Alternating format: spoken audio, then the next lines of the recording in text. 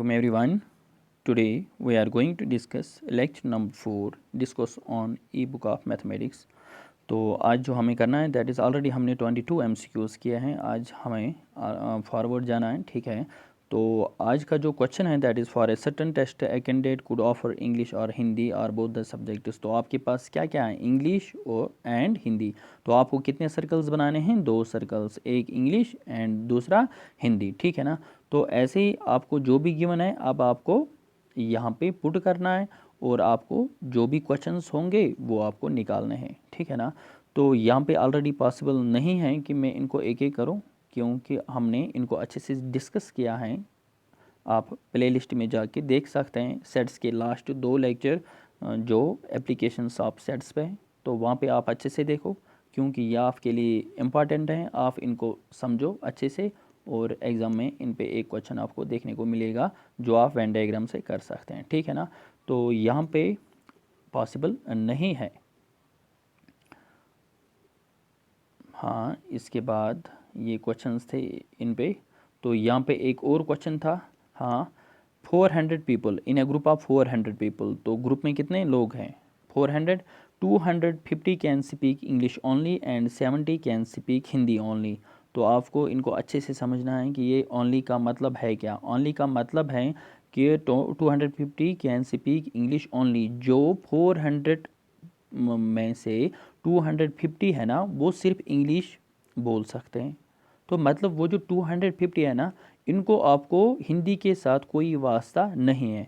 और वो जो 70 जो है ना जो हिंदी बोल सकते हैं तो वो क्या है, उनको इंग्लिश के साथ कुछ नहीं है, क्योंकि इन दो में कॉमन कुछ नहीं है. आया समझ में. यही इसका मतलब होता है ओनली. ओनली का मतलब है 250 कैन स्पीक इंग्लिश ओनली. आपको 250 दूसरा जो सेट है ना जो हिंदी का रहेगा इसके बाहर रखना है. देखो अगर हम यहाँ से इंग्लिश एंड यहाँ से हम हिंदी रखेंगे, ठीक है ना. तो यहाँ पे देखो अगर ये हिंदी का हमने रखा तो इसके बाद क्या है, देखो हिंदी में 70 कैन स्पीक हिंदी ओनली. जो हिंदी में देखो अगर आप रखोगे हिंदी ओनली का मतलब है ये जो पॉइंट्स यहाँ से है ना ये पॉइंट्स इनमें 70 होगा. और ये जो कॉमन पोर्शन है ना बीच में, कौन सा पोर्शन, ये जो पोर्शन है ना यहाँ पे, ये दोनों का कॉमन पोर्शन है, इंग्लिश का भी और हिंदी का भी. अगर आप इनमें सिर्फ एक पॉइंट रखोगे इसका मतलब है कि ये जो मैंने एक पॉइंट रखा ये वो बंदा है जो इंग्लिश भी बोल सकता है और हिंदी भी बोल सकता है. ठीक है ना. आया समझ में. तो इसीलिए इस बीच वाले सर्कल में जो कॉमन पोर्शन है ना इसमें कोई एलिमेंट नहीं आएगा. आया समझ में. हाँ, तो इसीलिए यहाँ पे जो इसके बाद हैं that is 250 can speak English only. तो जो ये 250 है ना कहाँ से, यहाँ से जो बंदे हैं ना इसमें, तो ये यहाँ से 250 होंगे और यहाँ से 70 होंगे. आया समझ में. मतलब ये जो राइट क्रीसेंट है इसमें 70 आएंगे और लेफ्ट क्रीसेंट में सिर्फ 250 आएंगे. आया समझ में. तो टोटल कितने थे, टोटल जो है ना दैट इज़ 400. अब आप काउंट करो कि 250 प्लस 70 कितना होता है, 250 प्लस 70 दैट इज़ 320. ठीक है. तो अब ये जो यहाँ से 3 जो है 250 यहाँ से 70 ये तो आपको 320 मिल रहे हैं ना. बट टोटल कितने हैं, टोटल तो 400 हैं. अब आपको खुद देखना है कि कॉमन पोर्शन में, ठीक है ना, कॉमन पोर्शन में कितने आएंगे. तो जो 320 के बाद जो है ना 400, अगर टोटल 400 हैं यहाँ से 320 हैं तो बाकी कितने बचे 80. तो वो जो 80 लोग हैं ना वो बीच में आएंगे. आया समझ में. तो यहाँ से आपको 80 मिलेगा. अब आपको क्या करना है, how many can speak English. Question जो है ना इसको अच्छे से समझो. How many speak can English, only नहीं लिखा है. ऐसे कितने लोग हैं जो इंग्लिश बोल सकते हैं. देखो एक तो ये जो 250 है ना ये तो ऑलरेडी आएगा, क्योंकि ये तो वही लोग हैं जो सिर्फ इंग्लिश बोलते हैं. और इसके बाद जो ये लोग हैं ना 80 ये तो इंग्लिश भी बोल रहे हैं और हिंदी भी. तो इसका मतलब इसने क्या कहा, इसने कहा इंग्लिश कितने बोल सकते हैं. तो वो तो ये जो 80 लोग हैं ना ये भी आएंगे, क्यों? क्योंकि ये तो इंग्लिश भी बोलते हैं ना, ये भी आएंगे। 0 क्योंकि यहाँ से आपको ओनली नहीं लिखा है, ओनली होता तो कॉमन पोर्शन वाला नहीं आता है। तो 5 + 8 इज़ 13, दैट इज़ 3। 330 जो है ना वो ऐसे लोग हैं जो इंग्लिश बोलते हैं, ठीक है ना। बट इसका मतलब क्या है, 250 लोग वो है जो सिर्फ इंग्लिश बोलते हैं। आया समझ में? इनको आप डिफ्रेंशिएट अच्छे से करो कि इंग्लिश ओनली का मतलब क्या है, इंग्लिश का मतलब क्या है। ऐसे ही आप बाकी क्वेश्चंस कर सकते हैं वेन डायग्राम से, और इजी भी है, ठीक है ना। तो इसके बाद देखो यहाँ पे क्या क्वेश्चन था, यहाँ पे था how many can speak both English and Hindi. ऐसे कितने लोग हैं जो both who can speak both English and Hindi, that is 80। आपने अभी देखा वो जो बीच वाला पोर्शन था, कॉमन पोर्शन, इंटरसेक्शन जिसको हम कहते हैं, तो वो 80 ही था, ठीक है ना। तो ऐसे ही आप कहीं पे भी आप खुद चेक कर सकते हैं। How many can speak Hindi, तो हिंदी कितने बोल सकते हैं। हिंदी अगर आपने अभी देखा होगा, एक तो वो बंदे हैं जो हिंदी बोलते हैं, दैट वाज 70, हाँ, प्लस और 80 जो है ना बीच में, वो इसके साथ भी आएगा, तो दैट इज़ 7 + 8 इज़ 15, ठीक है ना। और यहाँ से क्या आएगा 0, तो दैट इज़ 150 आपका राइट आंसर है। ऐसे आप इन क्वेश्चंस को कर सकते हैं। तो यहाँ पे क्या क्वेश्चन है, if A and B be two sets containing 12 and 27 distinct elements respectively, what can be the minimum number of elements in A union B। देखो A यूनियन B में कम से कम कितने एलिमेंट्स आ सकते हैं, तो A में कितने हैं, A में 12 एलिमेंट्स हैं, B में 27 एलिमेंट्स हैं, ठीक है ना। A में आप याद रखो A में 12 एलिमेंट्स हैं, B में 27 एलिमेंट्स हैं। तो कम से कम जब होगा ना मिनिमम, तो मिनिमम जब भी होता है तब आप ये कंसीडर करो कि ये जो 12 है ना ये कॉमन है, मतलब कि ए और बी में, ए में 12 एलिमेंट्स हैं, बी में 27 एलिमेंट्स हैं आपको, बट पता नहीं है कि ए और बी में कॉमन कितने हैं। आया समझ? जब आपको पता नहीं होगा ए और बी में कॉमन कितने हैं, तो और यहाँ से मिनिमम निकालना होगा, तब आप क्या करो कि ये जो छोटा सा नंबर है ना दैट इज़ 12, ये आप कॉमन रखो। तो अगर हमने क्या किया 12 कॉमन रखे, कितने 12 कॉमन रखे, फिर यहाँ से b में कितने 27, b का जो सर्कल है ना आप अच्छे से देखो, b का सर्कल कौन सा है, ये सर्कल, तो इसमें ऑलरेडी तो 27 आ गए, अब कितने आने चाहिए, अब आने चाहिए 15। आया समझ में? कितने एलिमेंट्स, 15 एलिमेंट्स। अब आप खुद ही समझ सकते हैं कि ज़्यादा से ज़्यादा इसमें A यूनियन B, अब अगर आप A यूनियन B आप करोगे, A यूनियन B का मतलब क्या है कि ये जो दो सर्कल्स हैं ना इनमें टोटल कितने एलिमेंट्स हैं, वो कितने होंगे, एक तो ये 12 और ये 15, तो दैट इज़ 27। कम से कम मिनिमम नंबर जो है ना दैट इज़ आपका आएगा 27, ये इसका राइट आंसर है।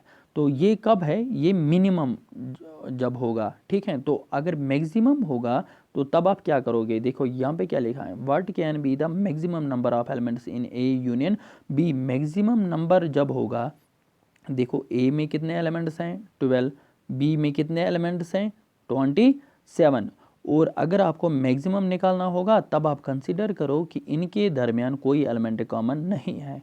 और वहाँ पे क्या रखा था आपने, वहाँ पे रखा था कि ये जो छोटा सा नंबर है दैट इज़ 12, ये सभी के सभी कॉमन एलिमेंट्स है। तो अब क्या करना है हमें, हमें जो करना है दैट इज़ ऐसे ए, यहाँ से बी, ए में कितने एलिमेंट्स हैं, ए में 12 एलिमेंट्स हैं, बी में कितने एलिमेंट्स हैं, बी में 27 एलिमेंट्स हैं। बट मैंने अभी क्या कहा, मैंने कहा कि इनके दरमियान कोई एलिमेंट कॉमन नहीं रखना है, तब आप ऐसे कर सकते हैं। तो इसका मतलब है यहाँ पे आप 12 रखो, यहाँ पे 27, तो इसका मतलब क्या है, इसका मतलब ए और बी दूर दूर हैं, इनके दरमियान कोई एलिमेंट कॉमन नहीं है। तो अगर आप ए यूनियन बी मीनस ए और बी में ऐड करोगे एलिमेंट्स, तो वो कितना आएगा 27 और 12, तो दैट इज़ 39 एलिमेंट्स। आया समझ में? तो जब भी हमारे पास एक्चुअली इसका रूल ये है कि जब आप वेन डायग्राम बनाते हो, तो इसलिए मैंने नहीं दिखाया, आप मत कंफ्यूज हो जाओगे। जब भी हम वेन डायग्राम बनाएंगे, तो अगर आपको मिनिमम होगा, आप क्या करो, आप छोटा सा सर्कल है ना ए, वो इसमें रखो और बी बाहर रखो, ठीक है। तो अगर हमें मैक्सिमम निकालना होगा तब हम इनको दूर दूर रखते हैं, ठीक है ना। तो कंसिडर करते हैं कि इनमें कोई एलिमेंट कॉमन नहीं है। तो इसका मतलब क्या होता है कि सब कुछ बी के अंदर, इसका मतलब है कि ए में जितने भी एलिमेंट्स हैं ना वो बी के अंदर हैं, मतलब ए और बी में सभी एलिमेंट्स कॉमन है, ठीक है। तो ए में कितने एलिमेंट्स कॉमन थे, ए में कितने एलिमेंट्स थे 12, तो इसका मतलब है कि 12 एलिमेंट्स बराबर कॉमन है। तो आई होप कि आपको ये समझ आया होगा, ठीक है। तो that was all about sets. तो अब हमारा जो अच्छा सा टॉपिक है, इंपॉर्टेंट टॉपिक है, दैट इज़ मैट्रिसेस ऑर्थोकेली, ठीक है। मैट्रिसेस आपको पता होगा, arrangement of numbers into rose and columns. जब हम अरेंजमेंट करते हैं रोज एंड कॉलम्स तो तब हम इसको कहते हैं मैट्रिसेस।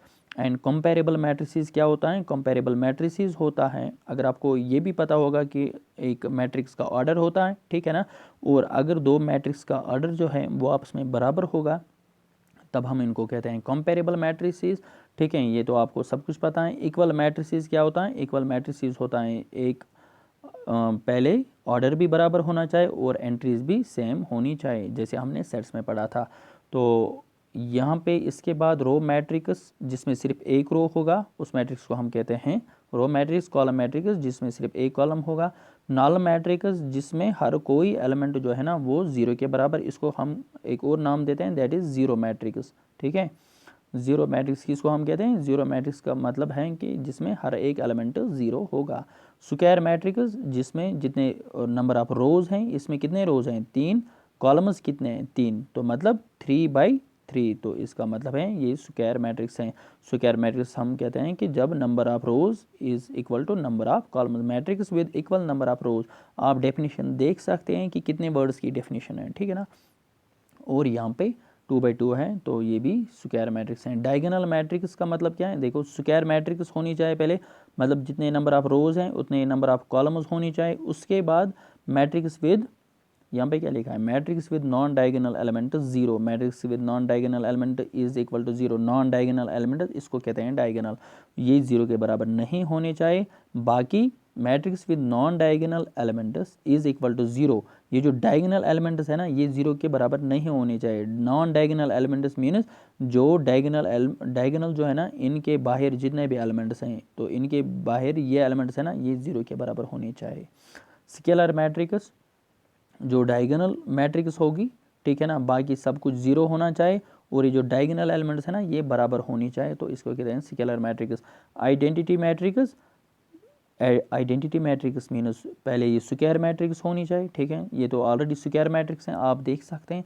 और डायगोनल एलिमेंट जो है ना डायगोनल एलिमेंट जीरो नहीं होने चाहिए, बाकी सब कुछ जीरो होना चाहिए और डायगोनल एलिमेंट्स इक्वल टू 1 होना चाहिए। तो आप देख सकते हैं यहाँ पे डायगोनल एलिमेंट्स 1 1 1 है, बाकी हर एक एलिमेंट जीरो होना चाहिए। यहाँ पे डायगोनल एलिमेंट 1 1 है, बाकी हर एक एलिमेंट जीरो है, तो इसको कहते हैं आइडेंटिटी मैट्रिक्स।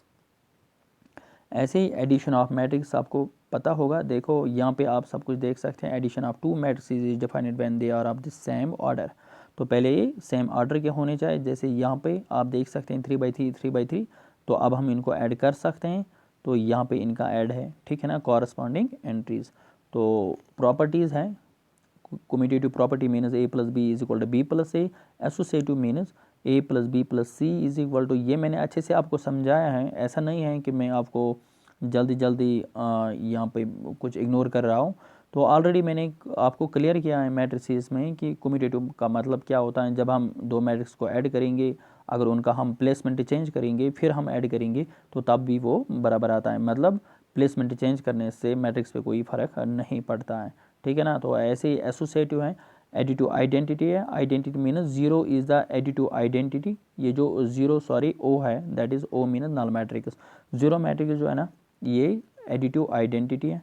ऐसी ऑफ एग्जिस्टेंस ऑफ आइडेंटिटी है, एग्जिस्टेंस ऑफ, यहाँ पे करेक्शन करना, यहाँ पे एग्जिस्टेंस ऑफ इनवर्स हैं, ठीक है, क्योंकि आप यहाँ से भी देख सकते हैं minus A is the additive inverse of matrix A, मतलब एडिटिव इनवर्स हैं। तो ये जो ए अगर हमारे पास मैट्रिक्स होगी इसका एडिटिव इनवर्स जो है ना इनवर्स, तो दैट इज़ माइनस ए। अगर आपको कोई भी मैट्रिक्स होगी तो आप उसको सब्ट्रैक्ट नेगेटिव साइन चेंज करके देख सकते हैं, जो भी मैट्रिक्स आएगी वो इन्वर्स होगा। तो multiplication of A matrix bye a scalar, एक स्केलर से, स्केलर मीन्स कांस्टेंट से हम एक मैट्रिक्स को कैसे मल्टीपल करते हैं। द स्केलर मल्टीपल ऑफ के of A matrix bye scalar के, हमारे पास एक कांस्टेंट है के और एक मैट्रिक्स है ए, तो अगर हम इनको आपस में मल्टीपल करेंगे तो ये क्या है, हमें हर एक एलिमेंट को क्या करना है, मल्टीपल बाय के। तो ऐसे ही जो भी हैं ये बेसिक है। हाँ, ट्रांसपोज हमने पढ़ाया है, तो मैंने आपको पढ़ाया है ट्रांसपोज, आपने अच्छे से पढ़ा है। That is change rows into columns and columns into rows. तो ट्रांसपोज वही होता है कि अगर आप कॉलम्स को रोज़ में चेंज करोगे और चेंज करोगे रोज़ को कॉलम्स में। तो यहाँ पे ये प्रॉपर्टी है, आपको अच्छे से याद रखना है। मैंने इसका प्रूफ भी दिखाया है कि अगर हम 2 बार किसी मैट्रिक्स को ट्रांसपोज करेंगे वो तो वापस ए ही आएगा। तो ऐसे आप ये इंपॉर्टेंट प्रॉपर्टी है, इंपॉर्टेंट प्रॉपर्टी है, इंपॉर्टेंट प्रॉपर्टी है, हाँ ये सभी इंपॉर्टेंट हैं, ये डायरेक्ट एग्जाम में आपको पूछे जा सकते हैं। और मैंने जितने भी क्विज़ किए हैं, अगर आपको याद होगा, मैंने ये प्रॉपर्टी आपको क्विज़ में टेलीग्राम चैनल पे जो क्विज़ हो रहा था इसके मैट्रिक्स मैंने आपको किया था, डिटर्मिनेंट्स मैंने आपको 2-3 टेस्ट्स किए थे, उनमें मैंने आपको हर एक वक्त ये प्रॉपर्टीज़ डाले हैं क्योंकि ये इंपॉर्टेंट प्रॉपर्टीज़ हैं। Symmetric matrix, skew symmetric matrix. तो इसके बाद हमारे रहते हैं एमसीक्यूज़, तो कल हम एमसीक्यूज़ करेंगे इसी टॉपिक पे, ठीक है ना। तो बस आज इतना ही रखते हैं, मिलेंगे हम नेक्स्ट लेक्चर में, तब तक के लिए टेक केयर, अल्लाह हाफ़िज़।